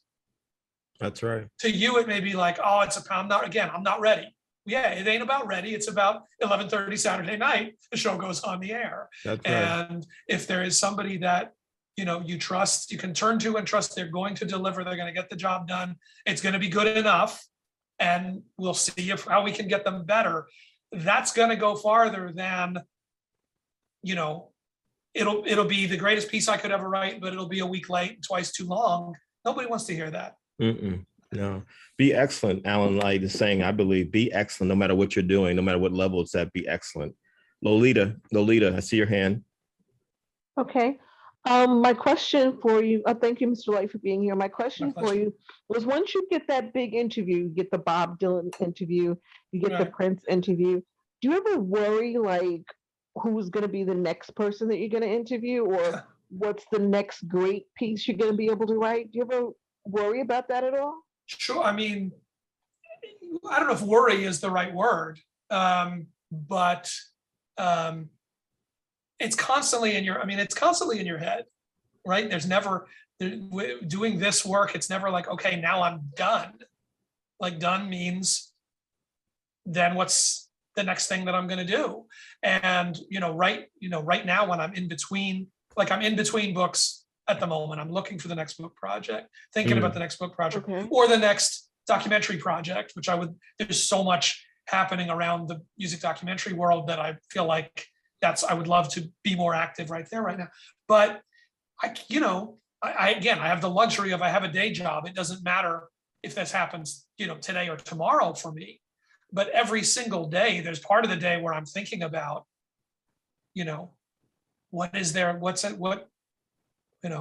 what could be a book, or what could be a film, or what could be something that I would want to pursue. And you can't just sit down and say, oh, I'm going to sit down and have a great idea now. Like, that just, that is not how it works. So there's constantly some buzz in the back of your head that's saying, what's the next project, or the next story, or the next thing that I want to look into. And who the hell knows? I mean, I wrote a book, probably my favorite book that I've written is a book that I wrote about the song Hallelujah. Yes. And it's the journey of this song from, literally when Leonard Cohen wrote that song and recorded that song, his record label turned it down. That album, Columbia was like, yeah, no, we're not putting this one out. And it went from that to becoming one of the global anthems, best loved, most covered songs in the world. And I can't think of any other song that's had a trajectory that's like that. But the idea for that book came, I was sitting in high holiday services. It was Yom Kippur.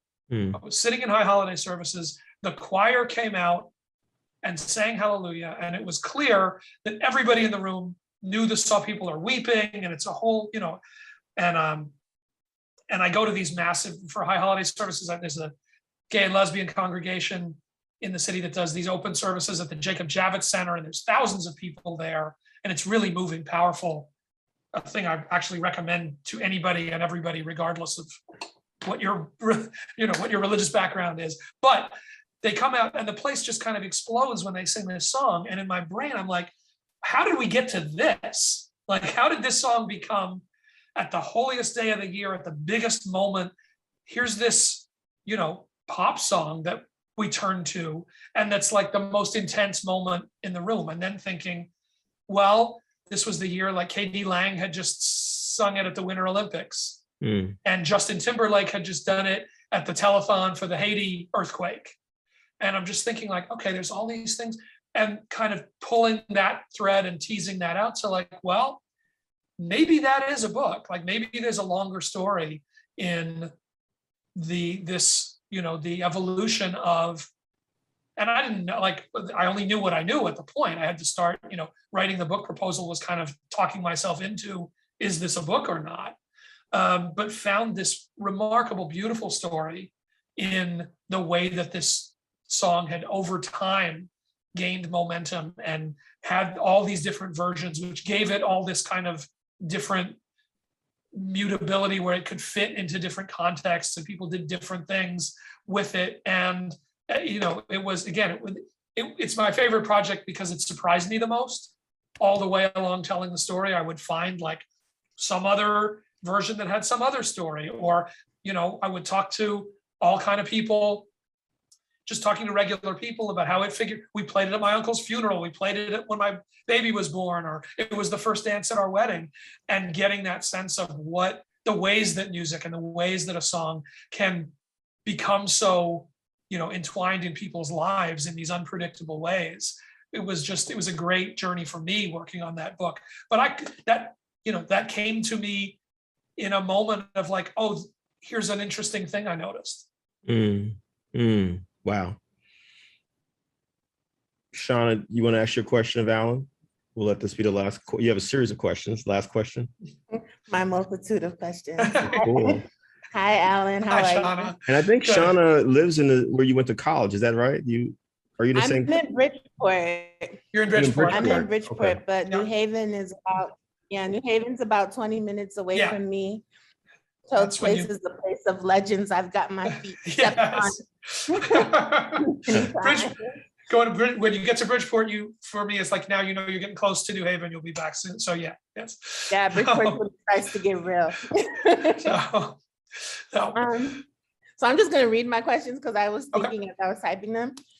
So considering that Prince has now transitioned and gone on, do you look back and see any questions that you left on the table? And is there anything that you wish you asked him? And also, do you want me to break this up or? Yeah, let him answer the Prince part first. Yeah. It's so funny given the circumstances of that story. Like it's so hard for me to reconstruct what I ever asked him. It was such a fluid, and again, I don't have tapes. I don't have like any documentation of it. No, I don't think I have any real. I mean, I wish I would have had more time with him than I had. I wish I would have asked him to play basketball with me. That's probably my only regret. But no, because in a situation like that, you have to be so in the moment of it and not lose, again, the focus, the momentum, like just keep it going and again, see where it takes you. That I can't really look back with any sense of, sort of missed opportunity. And some of that again has to do with the circumstances of it. It's a little different than here, sometimes here's a scheduled interview and it's about a certain project. And sometimes you'll walk away and you'll do it. And then after the fact, realize I kind of missed this fundamental thing about that record or about that tour. And I sort of didn't get that piece, and those you can regret. The Prince one, I think, was, such an extraordinary, weird, trippy experience that I don't look back and think there was anything I kind of whiffed. Yeah. I always feel like when I see him, like he's somebody you have to show up fully as yourself in front of, because you never know. He's so unpredictable. Yes. Yeah. So much of it is like, I don't want him to just walk out of the room. Like, it wasn't that kind of a thing, but Yeah. I don't know where this is. I don't know how long I have him for. I don't know how long we're doing this. I don't know if this is one shot and done. I don't know if like, I'll see him later, I'll see him tomorrow, all of that. So it was really just try to stay in it, as deeply as possible. And really, again, that was one where it was so much more about listening.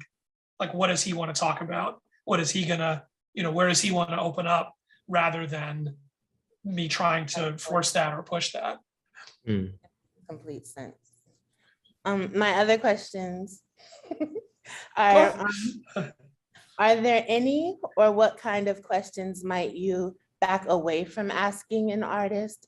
And I'm asking that in the way of how do you maybe protect that person, or maybe not even care and just want to, get everything and then break it down later? Yeah, I mean, look, it's obviously there's often, maybe not always, but often sort of a delicate balance of, a lot of times there are interviews you go in and there's something uncomfortable that you kind of you're going to have to talk about at some point. That's the story, right? And figuring out when and how to get to that in a way that's not going to be, they're not going to just shut you off. I think that interview subjects are, they're smart. They're smart enough to know they're there for a reason.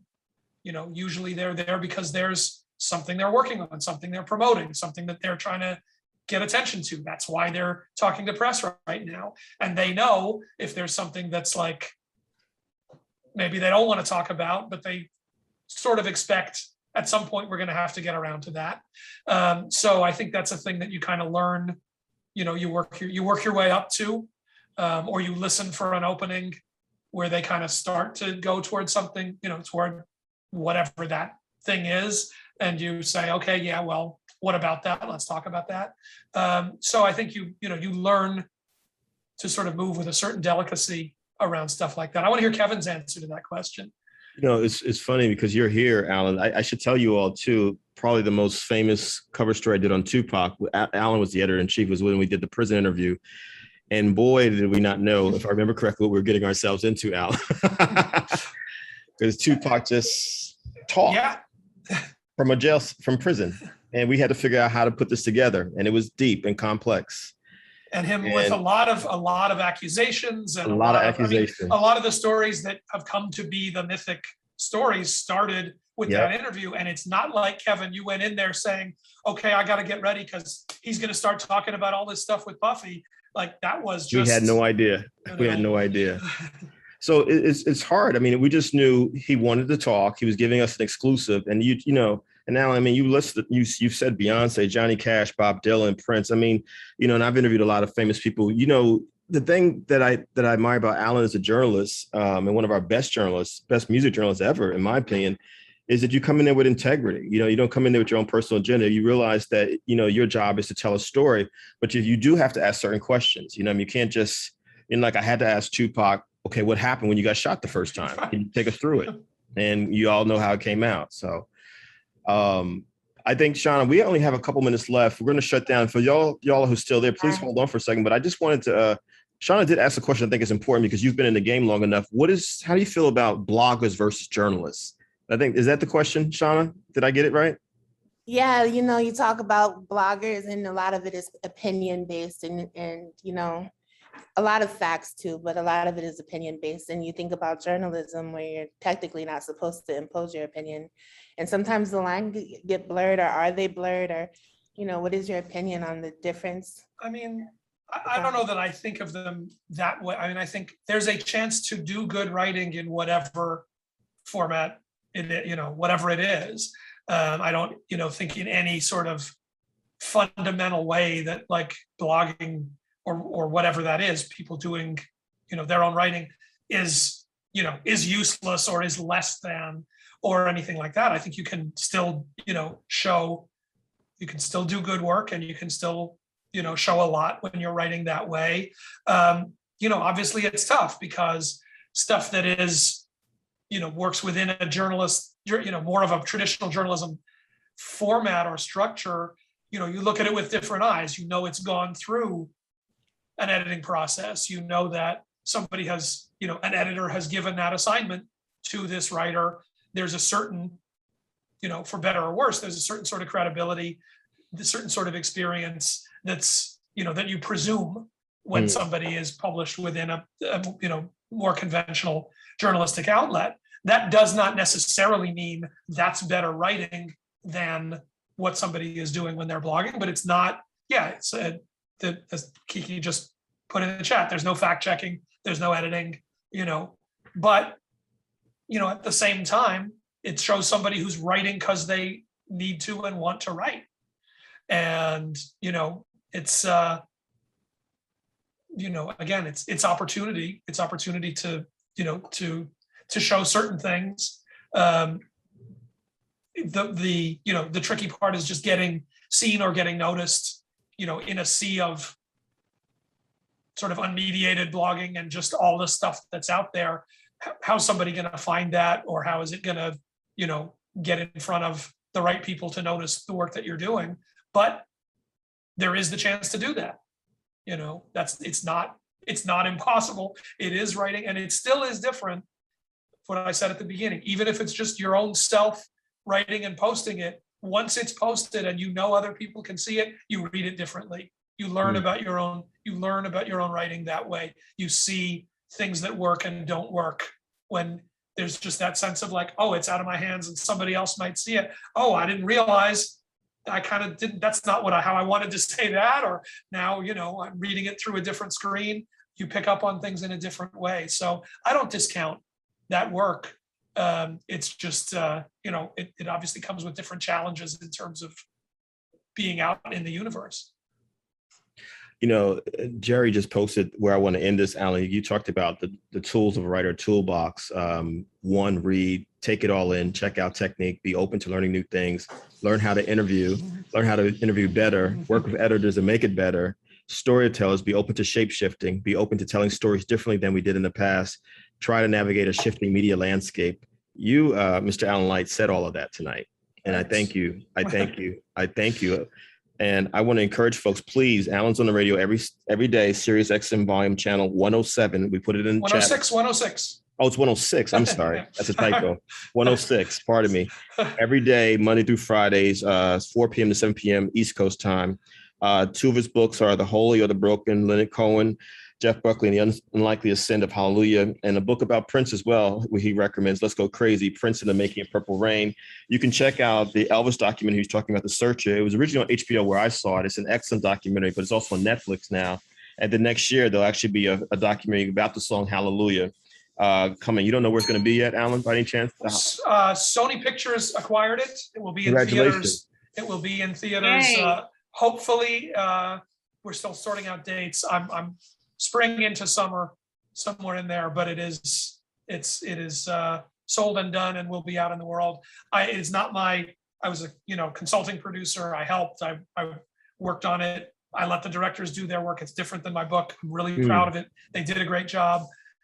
So stay tuned. That'll be there somewhere in 2020, 22. And I think the best thing that I can say is from Jerry, who said Alan is a writer and a rock star. Alan, thank you so much. For somebody else. Kevin, a pleasure. All of you guys were great. Questions were great. Comments. And Kevin, anytime, anything I can do. I appreciate you all. Alan's going to check out, and if y'all want to stay for the meditation, you can. If not, if you got to leave, but let's just take a few minutes just to. We know we're back next week, but let's just take a couple minutes just to breathe in the beautiful energy we got from Alan Light tonight and all the wisdom. This is our fourth workshop this season. Let's just take it in for a second and just thank you all for being here tonight. And don't forget, starting this Friday, 8 p.m. East Coast time, 5 p.m. West Coast time, we're going to have a space in our Facebook group, a quiet space where a room where folks can actually come and write. If you need some time to write and you want to be around other folks and other energies, it'll be quiet, but we'll be in a room together. Just breathing. That was wonderful. Wow. Friday night writes, 5 p.m. West Coast time, 8 p.m. East Coast time.